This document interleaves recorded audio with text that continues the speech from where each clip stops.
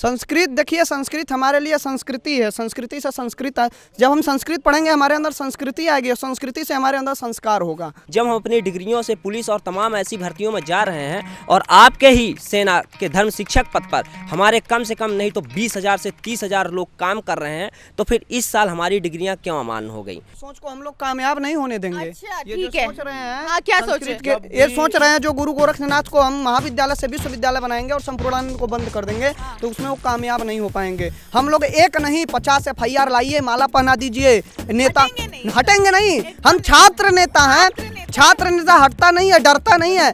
FIR से नहीं डरता है छात्र किससे नेता, डरता वो तो श्रृंगार है भाई, नेताओं का श्रृंगार है FIR।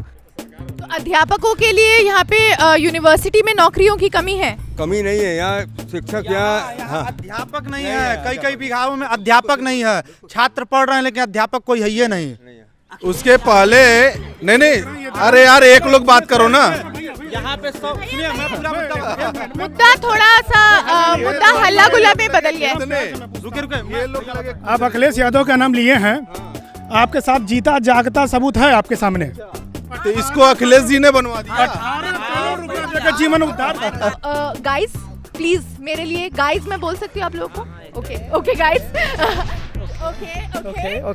तो ये आपको दिख रहा होगा, जी जी अनकट है। जी तो आप फॉलो ABVP देखो याद आ रहा है। ABVP बोल दिया, देखो ABVP छात्र संघ से हो तुम? जी भाई, जी, वहाँ का वो सेकंड फाइटर हूँ, अध्यक्ष पद का सेकंड फाइटर हूँ, लेकिन वर्तमान में मैं भाजपा विरोधी हूँ, सबसे बड़ा वाला। जब से भाजपा की सरकार बनी है हमारे विश्वविद्यालयों को दिन प्रतिदिन दुर्गत के रास्ते पर ले जा रहे हैं। हमारा एक ग्राउंड है, आगे है, आपको दिखाएंगे।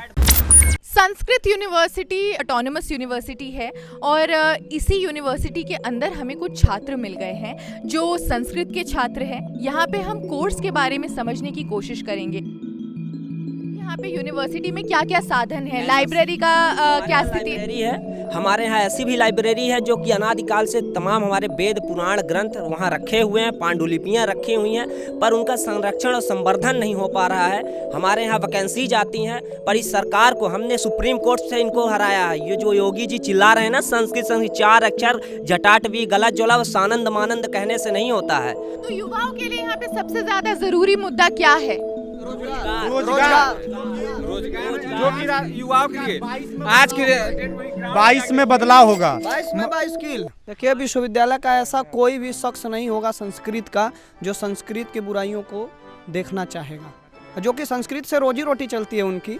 संस्कृत से रोजी रोटी कैसे चलती है? गजब स्थिति है। 20 रुपए स्कॉलरशिप मिलती थी, अब जाके हम लोगों को खींच खांच के 200 के आसपास पहुंची है। यही सब्सिडी है।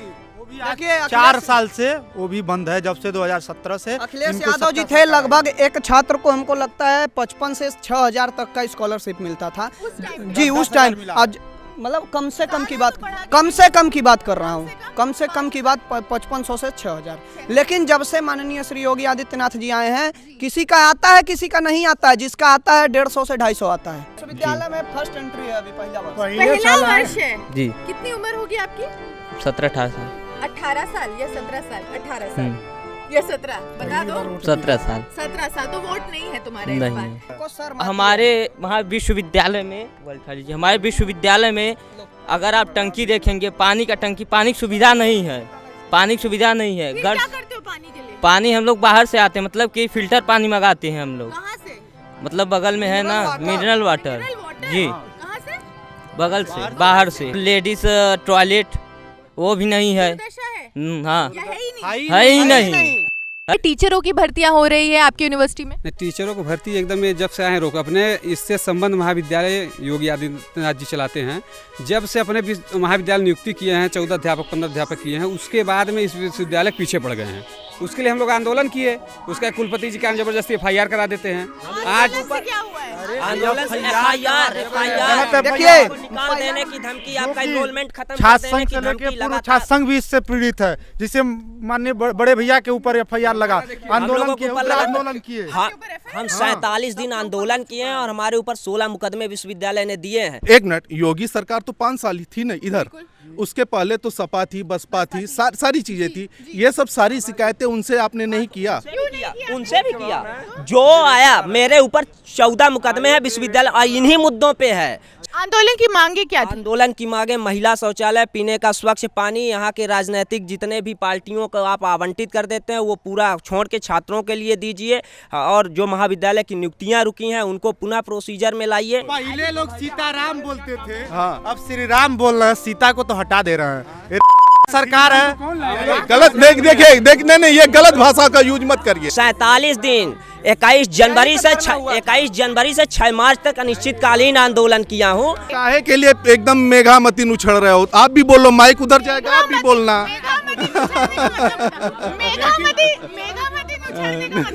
छोड़िए, जाने दीजिए, वो समझ गया।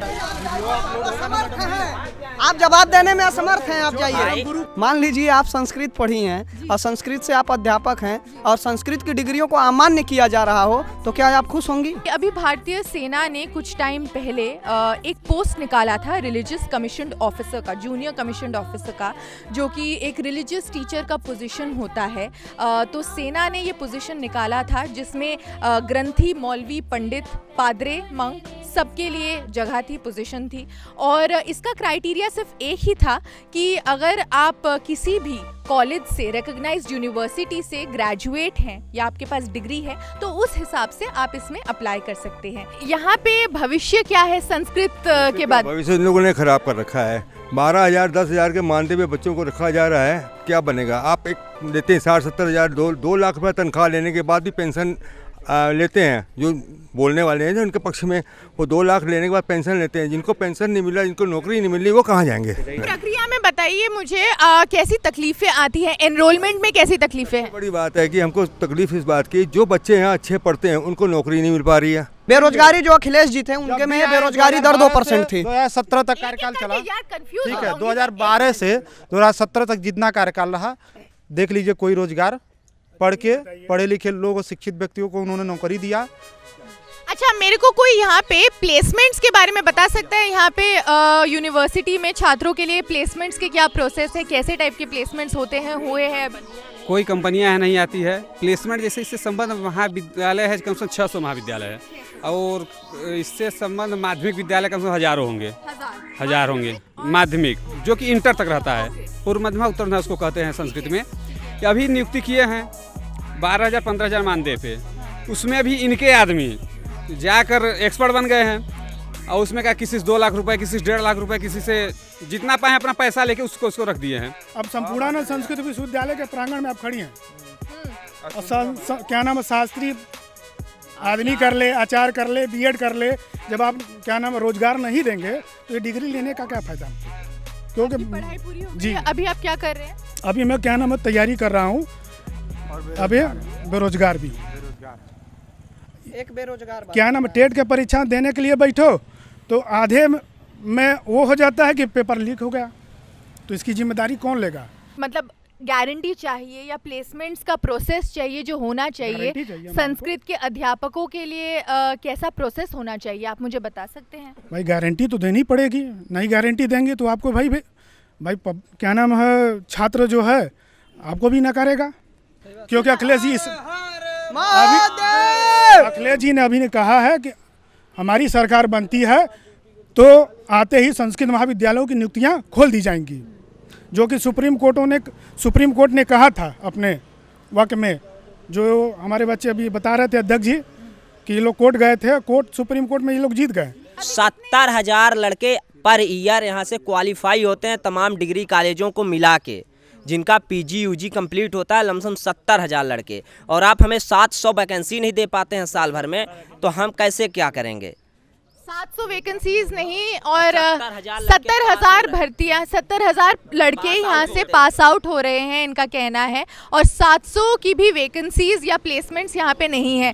तो अगर रोजगार की बात करें तो संस्कृत और अगर धर्म शिक्षक की बात करें यहाँ पे, तो उस मुद्दे को लेकर यहाँ पे जो छात्र हैं वो नाराज़ दिख रहे हैं। और अभी भर्तियों की भी अगर हम बात करें तो पेपर लीक एक बड़ा मुद्दा है जिसकी वजह से वो योगी सरकार से नाराज़ हैं। और इसके अलावा यहाँ पर ये 200 साल से भी ज़्यादा पुरानी यूनिवर्सिटी है, संस्कृत यूनिवर्सिटी, जिसका इतिहास रहा है, संस्कृति रही है, और इसी के माध्यम से ये छात्र जो हैं अपनी पढ़ाई को आगे बढ़ाना चाहते हैं।